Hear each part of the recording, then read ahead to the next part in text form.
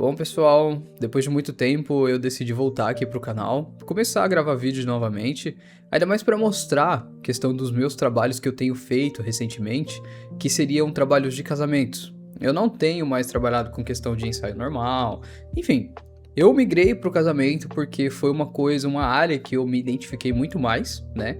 E além do mais, eu consegui migrar sem ser para Canon, para uma outra marca de câmera que é a Fujifilm. A Fujifilm ela tem me ajudado bastante em questão de vários recursos que ela tem, do que a minha anterior Canon não tinha, ainda mais porque eu consigo gravar literalmente em Open Gate com essa câmera, que é a Fujifilm X-M5, que tá me gravando agora, e sobre ela eu tinha expectativas até um pouco baixas pelos reviews que eu havia visto, né? Mas com o decorrer do tempo eu fui me acostumando, porque quando você migra de uma marca para outra, geralmente às vezes quando você nunca nem pegou na mão, é uma coisa que você precisa pelo menos se acostumar, se adaptar, né? Ainda mais pelos recursos a mais que ela tinha comparado à minha anteriormente, que era uma Canon SL2. Além da Canon SL2 eu ainda troquei da Canon SL2 para R10, que foi o que me ajudou bastante na parte de casamento para fazer fotografia e filmagem, mas ainda assim, agora como eu tenho duas câmeras a mais para conseguir trabalhar tranquilamente, na parte de casamento ainda mais que envolve que você precise realmente de um equipamento mais potente, né, para você conseguir entregar aquilo que você sempre quer, ainda mais questão de fotos por segundos com uma quantidade bem superior à que eu tinha, por conta que é sempre melhor você ter uma margem de recursos ali para você conseguir trabalhar, do que você ficar faltando recursos na hora que realmente está acontecendo uma parte mais importante da vida de cada cliente. Ainda assim, sobre a questão da Fujifilm, além dos casamentos, eu fiz muito pré-wedding com ela. Eu vou até deixar para vocês darem uma olhada, questão dos pré-weddings, eu consigo trabalhar muito bem até com filtro ND, que eu sempre mostrava aqui no canal com a Sigma 35mm. O filtro ND ele sempre vai conseguir me ajudar em questão dos casamentos, porque ele deixa um filtro mais esverdeado, que é mais puxado para minha paleta. Além de eu ter migrado para a questão da Fujifilm, tem muito mais questão sobre as lentes que eu utilizo, que elas ficaram bem mais baratas do que as que eu comprava para Canon. Para a lente que eu utilizo bastante agora na Fujifilm é a lente Sigma da 30mm, tá? Para Canon eu geralmente utilizo bastante para filmagem também a 35mm da Sigma Art, que eu acabei importando na época. Ela é realmente uma lente que se supera em questão da Fujifilm, mas os custos que você tem com a Fujifilm, depois que você compra o corpo, as lentes são um pouco mais baratas dependendo do que você realmente precisa, claro. Mas para casamento, o que tem mais me pegado mesmo é a questão da Fujifilm, por conta ainda assim do ISO dela eu consegui trabalhar com fotografias noturnas muito tranquilamente, porque com a Canon eu não tinha essa possibilidade de subir tanto o ISO com casamentos ainda que eu fazia à noite. Era uma coisa que, ou se você não levasse alguma iluminação, se o local não tivesse iluminação já para você conseguir se adaptar ali, você teria que realmente se virar nos 30.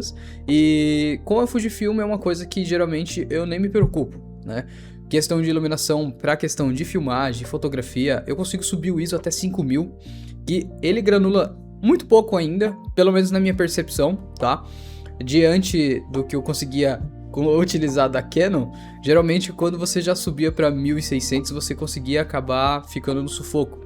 Então com a Fujifilm é uma coisa que realmente isso daí me traz uma tranquilidade muito maior, claro. Um dos pontos que sempre me admirou sobre a questão da Fujifilm é sobre a questão do dial que ela tem, em alguns modelos pelo menos, para você conseguir utilizar os próprios filtros de câmera que você tem na Fujifilm. Ainda mais questão do Vive, do Retro, enfim. Sobre a questão desse dial, ele ajuda bastante para você que às vezes é iniciante, você quer apenas tirar uma foto com algum efeito diferente, que você não edite tanto, né?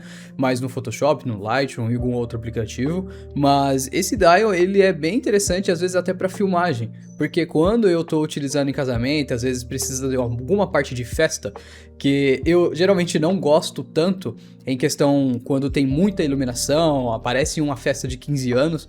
Geralmente na parte de balada eu gosto bastante de utilizar ele no preto e branco, porque eu acredito que a única coisa que consiga combater várias luzes atrapalhando ali, questão de várias cores simultâneas, às vezes você joga um preto e branco e geralmente resolve tudo. Mas, questão desse dial em si, é uma coisa que sempre admirei, sempre fiquei vendo muitas trends ainda em várias redes sociais que o pessoal tava utilizando muito, porque é uma coisa muito bonitinha para você conseguir utilizar no seu dia a dia e você ficar tranquilamente ali em questão de paleta de cor, até se você quiser configurar alguma, claro. Deixa eu ver, o que mais tem para falar da câmera?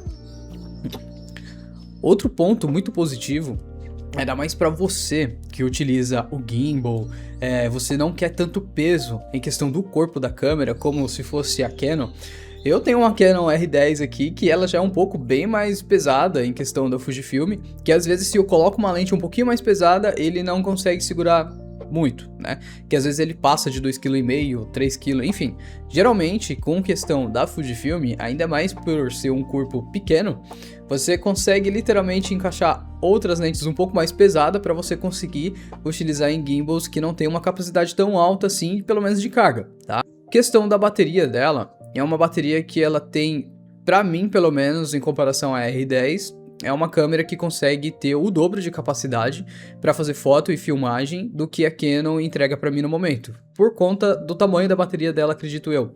E ainda assim, é uma coisa que geralmente quando você tá num casamento, num evento muito importante e acontece uma cerimônia de 1 hora, 1 hora e meia, a coisa mais importante é você conseguir garantir a questão do cartão, que realmente tem uma capacidade alta, e ainda assim o equipamento que ele não seja tão quente em questão quando você estiver utilizando ele, para você conseguir ter uma bateria também que tem uma capacidade alta para você não ficar trocando simultaneamente, tá? É uma coisa que geralmente sempre me pega com questão da Canon, para filmagem de casamento pelo menos, é uma coisa que sempre quando pelo menos um cliente não quer parte de oração, a gente tenta já, no momento ali, trocar a bateria rapidamente, para conseguir já dar continuidade pelo menos da filmagem na íntegra. O que geralmente quando eu filmo com a Fuji não acontece, né? Porque ele consegue segurar bem o tranco, isso em 4K 60 fps tranquilamente. Bom pessoal, mas eu vou encerrando o vídeo por aqui. Eu espero que vocês continuem me acompanhando. Eu vou postar brevemente alguns outros vídeos aqui ainda no canal, mas sobre questão da Fujifilm eu ainda vou trazer mais atualizações para vocês, ainda mais que eu tô utilizando muito para alguns casamentos, e quando possível eu já retorno com os outros vídeos para vocês aqui.